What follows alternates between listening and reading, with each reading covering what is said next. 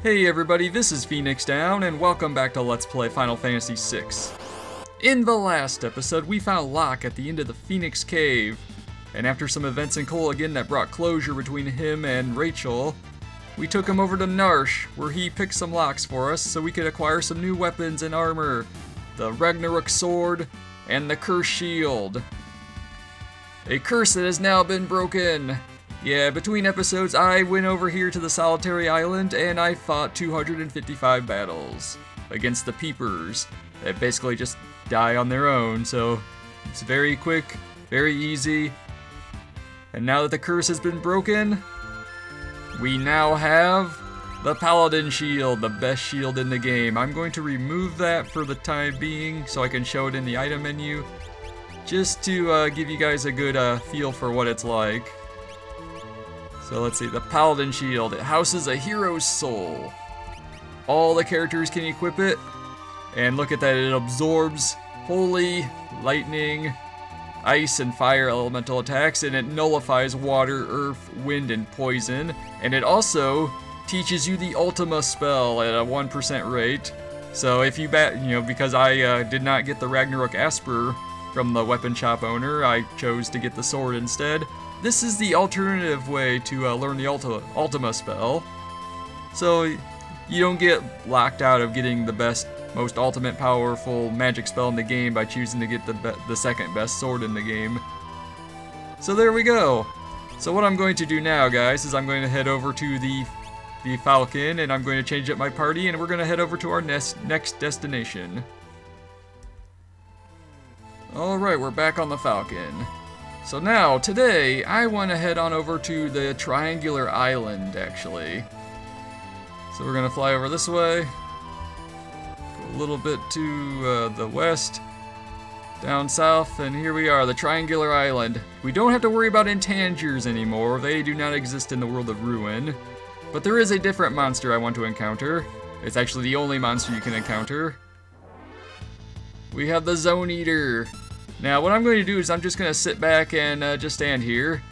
This could take a little while, but the Zone Eater has a special move called Engulfed, in which it will, it will eat us, which is generally not good, but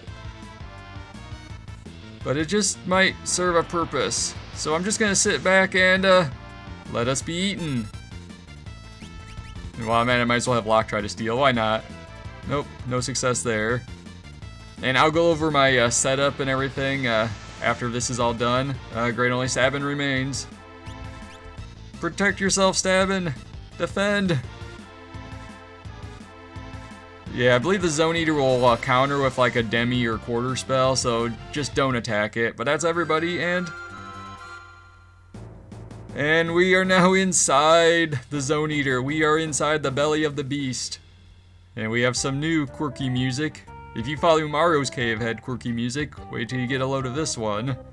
But anyway, for my setup, basically I got relic-wise, I have Terra, Sabin, and Locke equipped with ribbons, because there are various status ailments that are going to be flying around here. Mog has the Dragoon Boots and the Dragon Horn equipped, so I don't have room for a ribbon or a status protecting relic, and besides I only have 3 ribbons anyway. Everyone else is, Terra's got almost max magic block now, but just a little short on that department. If I didn't have to worry about status ailments, I would have given her like another like a cape or something. But anyway, here in the Zone Eater we have these, well, we got a random encounter first. We have new enemies, the Warp Puck and the Ogre. Okay, the Ogre guy is undead. He is weak to holy elemental attacks. The Warp Puck can will counter damage attacks with Sneeze. So I'm just going to, well, I was hoping Sabin would have bum rushed the Warp Puck instead. All right, Locke, finish it, or Mog, you finish him off. No? Oh well. And Terra has the Ragnarok equipped. Now the thing about the Ragnarok is that it uses up MP in order to do a critical attack each time. I'm not overly concerned about it because she's got plenty of MP. But anyway, you have these bridges and these mysterious coated guys here, so we want to jump across. You don't want those guys to run into you because they will knock you off. And we got Genji armor. Really nice armor. Very handy. So let's jump down here. We got a magical brush, a weapon for realm that I don't really care about. So let's go over this way. These guys are cooperating with me fairly well. Oh, no, what?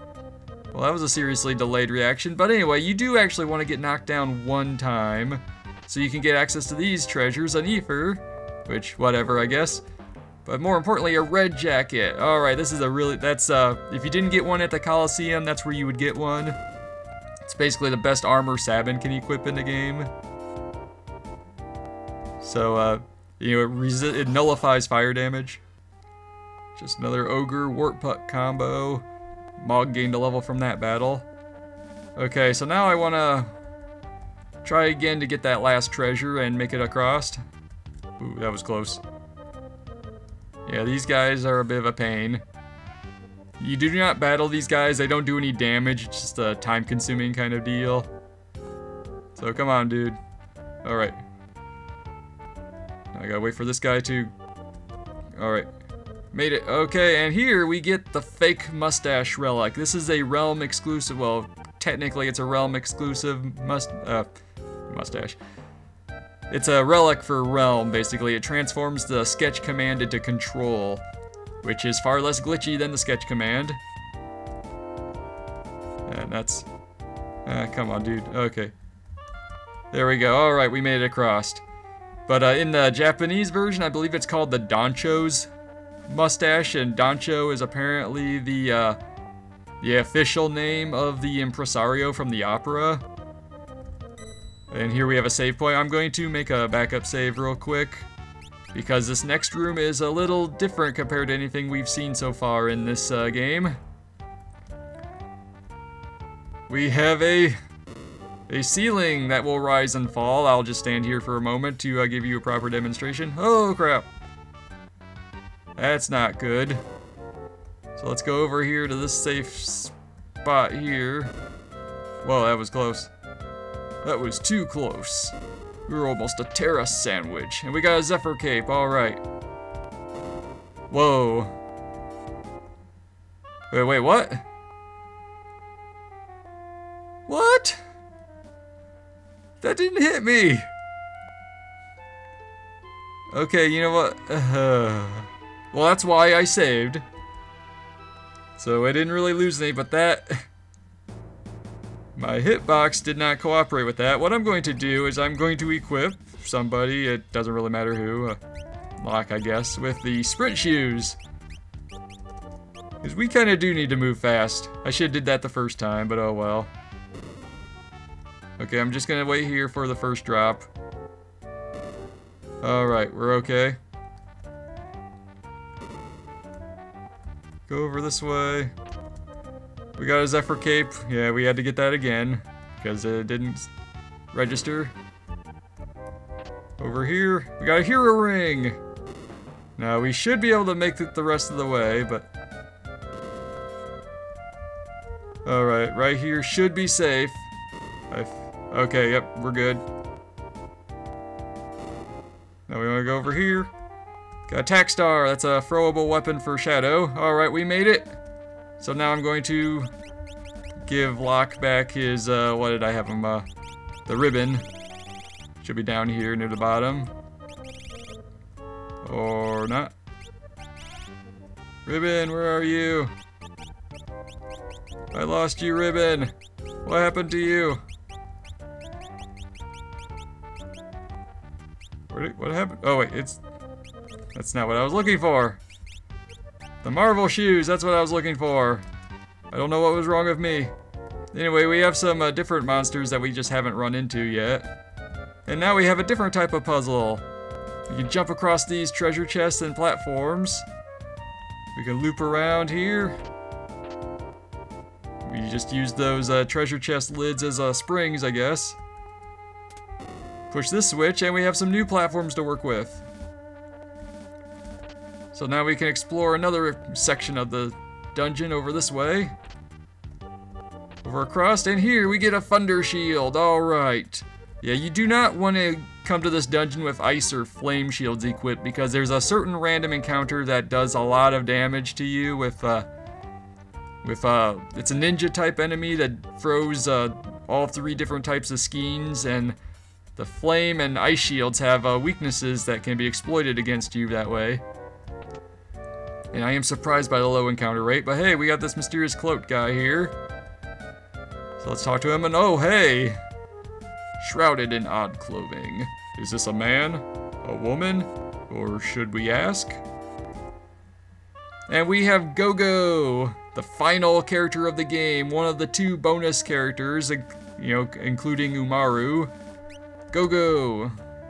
He was in Final Fantasy V as a character that you could battle against in the Wart's Tower, or Warus, depending on what translation. But anyway, now he's back in Final Fantasy VI as a playable character. I am Gogo, master of the simulacrum. My miming skills will astonish you. Well, you know, a mime is a terrible thing to waste. Yes, I have been idle for too long. If I deem you worthy, I'll mime your actions in battle. But first you must tell me what you're doing here. Alright, well, time to recap. Okay, so anyway, there's this guy named Kefka. He kind of destroyed the world, and we were trying to stop him, and what an unusual tale. But I sense that you're trying to help make things right again. This should be fun. When do we leave? Right now, I guess. So he's back on the airship. I'll showcase Gogo at the end of the episode. So anyway, guys, I'm gonna work my way out of this dungeon, and I'm just gonna backtrack the whole way, and if I find any new enemies, I'll showcase them. There is one enemy I really want to find called the Wooly. Is extremely rare though, but he has an awesome rage for Gao, and he's just all around. It gives Gao with the snow muffler equipped, it gives Gao pretty much protection against just about any status or elemental attack. But anyway, guys, I will meet you back on the Falcon if I don't find any new enemies. Alright, we have our new enemy, the Carcass. These guys are... well, the only attack they do normally is to try to turn you into an imp with the Figaro T attack. But everyone's protected against that. They are resistant to pretty much all the elements, but Pearl attacks will do damage. And just about everyone else has non-elemental attacks. They aren't anything to really worry about. So alright, continuing on. Alright, we have some more new enemies, the Dancer and Coverts. This is probably the worst encounter in this dungeon. The Coverts tend to do on odd number turns. They'll either do a fight command or they will attack you with Wind Slash. And on their even number turns, they will do a random elemental skein attack. All my party members are immune to wind right now, so I'm in good shape there. The Tap Dancer is probably one of the more underwhelming enemies in this dungeon. They do counterattack